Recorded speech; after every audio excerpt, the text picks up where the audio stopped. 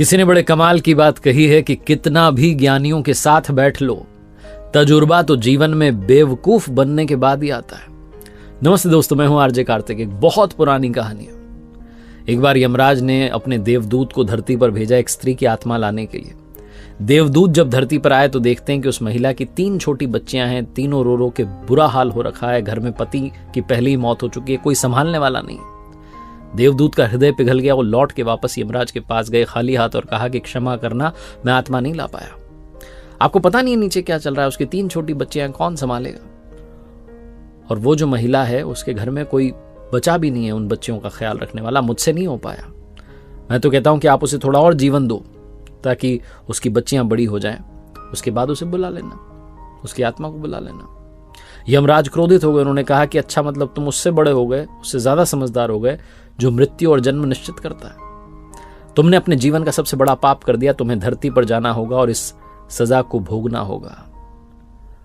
तुम जब तक अपनी मूर्खता पर 3 बार ना हंस लो तब तक तुम वापस नहीं आ सकते। देवदूत को तब भी लग रहा था कि मैं सही हूं, लेकिन सजा मिल गई थी, भोगनी थी। तो अपना दंड भोगने के लिए देवदूत जो था उसी देश में, उसी धरती पर आ गिरा जहां से वो आत्मा लेने के लिए गया था। एक शहर में सड़क किनारे फटे हाल जो है मनुष्य रूप में पड़ा हुआ था।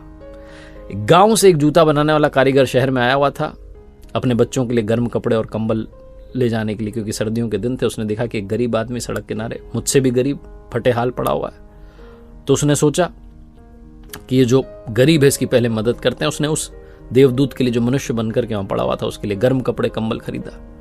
और बातों बातों मालूम चला कि रहने के लिए जगह नहीं है, तो उसे कहा चल भाई मेरे घर ही रह लेना। जब साथ लेके जा रहा था तो कारीगर ने समझाया कि भाई मेरी पत्नी गुस्सा करेगी, क्योंकि पैसे बहुत मुश्किल से जमा किए थे, हमारे बच्चों के लिए कपड़े लाने थे, मैंने तुम्हारे लिए ले लिए। वो जो भी बोले सुन लेना। घर पहुंचे तो कारीगर की पत्नी ने गुस्सा करना शुरू किया। देवदूत को जोर से हंसी आई कि समझ ही नहीं पा रही है कि घर में कौन आ गया, देवदूत आ गया, पूरा घर जो है दौलत से भर जाएगा, बहुत सारा धन होगा, ऐश्वर्य होगा, संपदा होगी। समझ ही नहीं पा रही है, बस ये देख रही है कि भाई मेरे बच्चों के कपड़े नहीं आए। वैसे भी इंसान ज्यादा दूर का कहां देख पाता है। तो कारीगर ने पूछा भाई हंस क्यों रहे हो? तो उसने कहा मैं अभी नहीं बताऊंगा, 3 बार हंस लूं तो फिर पूरी बात बताऊंगा। कारीगर की पत्नी ने थोड़ा गुस्सा किया, उसके बाद वो रहने लग गया देवदूत। जो काम कारीगर कर रहा था जूता बनाने का, वो देवदूत ने करना शुरू किया और इतना कमाल का काम करना शुरू किया कि पूरे देश में ख्याति फैल गई। यहां तक कि उस देश के सम्राट के जूते भी वहीं से बनने लगे।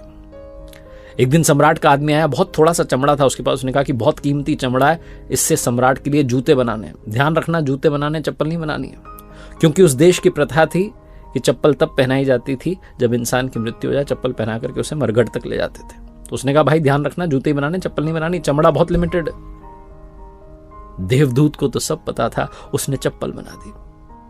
जो कारीगर था जूता बनाने वाला, जो लेकर आया था उसे अपने घर में, उसे गुस्सा आ गया। उसने कहा तुझे समझ नहीं आती, तू मरवाएगा, फांसी दिलवाएगा। सम्राट के लिए जूते बनाने थे, इतना ही चमड़ा बचा था, तूने चप्पल क्यों बना दी? लकड़ी उठा करके उसे मारने लगा। तभी सम्राट का आदमी दौड़ता हुआ और कहने लगा कि सुनो, उस चमड़े से तुमने जूते तो नहीं बना दिए, उस चमड़े से चप्पल बना दो, क्योंकि सम्राट की मृत्यु हो गई है। और सम्राट तो चाहते थे उस चमड़े से बने हुए जूते पहनना, लेकिन चप्पल पहनाकर ही उन्हें मरघट तक ले जाया जाएगा। इन्होंने तुरंत चप्पल ला करके रख दी कि तैयार है। सम्राट के आदमी को सूझा नहीं, फटाफट लेकर के भाग गया। जो जूते बनाने वाला कारीगर था वो देवदूत से कहने लगा कि भाई तुम्हें कैसे पता था? ये जोर से हंसने लगा देवदूत। इसने कहा कि अभी कुछ मत पूछो, बाद में बताऊंगा। एक दिन और घटना घटी। 3 लड़कियां एक बूढ़ी महिला के साथ में इनके आती, कहती कि हमारी शादी होने जा रही है, बढ़िया से हमें जो है सैंडल्स बनवाने हैं। और ये पहचान जाता है कि तो तीनों वही बच्चियां हैं जिनकी मां की आत्मा लेने के लिए मैं आया था धरती पर। ये बूढ़ी महिला से पूछता है कि बच्चियां कौन हैं? तो बूढ़ी महिला बताती कि हमारे पड़ोस में गरीब महिला रहती थी, उसकी 3 बच्चियां थी, मेरे कोई संतान नहीं थी, इनकी मां की बचपन में ही मृत्यु हो गई, तो मैंने इन तीनों बच्चियों को पाला। उस दिन देवदूत को समझ में आया कि अगर मैं उस दिन उस महिला की आत्मा को लेकर के नहीं जाता, यहीं छोड़ देता, जो कि मैंने किया, बाद में कोई और देवदूत लेकर के गए, लेकिन अगर वैसा होता कि वो महिला और जीती तो ये तीनों बच्चियां गरीबी में पलती। इन तीनों बच्चियों का जो भाग्य था पहले ही लिख दिया गया था। इन्हें किसी अमीर घर में पलना था, धन ऐश्वर्य संपदा के साथ पलना था। अमीर घर में इनकी शादी होने जा रही, इनका जीवन ऐश्वर्य से संपन्न हो गया और इन्हें मां का प्यार भी मिला, एक ऐसी महिला के रूप में जो कि बहुत करुणावान है। उस दिन देवदूत 3री बार हंसा, जोर जोर से हंसा, और जूते बनाने वाले कारीगर ने पूछा कि भाई अब तो बता दे। तब देवदूत ने पूरी बात समझाई और कहा कि मैं अपना दंड भोग रहा था मुझे आज समझ में आ गया कि जो ऊपर वाले का खेल है उससे बेहतर कोई जानता नहीं है। इसलिए क्या होगा, कैसे होगा, अच्छा होगा, बुरा होगा, सौभाग्य होगा, दुर्भाग्य होगा, ये सब सोचना बंद कीजिए और अपने जीवन को जीना शुरू कीजिए। एक बार फिर से वही बात जो अक्सर आपसे कहता हूं, ऊपर वाले के आशीर्वाद, अपनी मेहनत और अपनों के प्यार के साथ कर दिखाओ को जैसा कि दुनिया करना चाहे आपके जैसा। देखते रहिए हर सोमवार सुबह 9:30 बजे मेरे साथ एक नई कहानी, हर शुक्रवार सुबह 9:30 बजे लर्निंग सीरीज का एक नया वीडियो।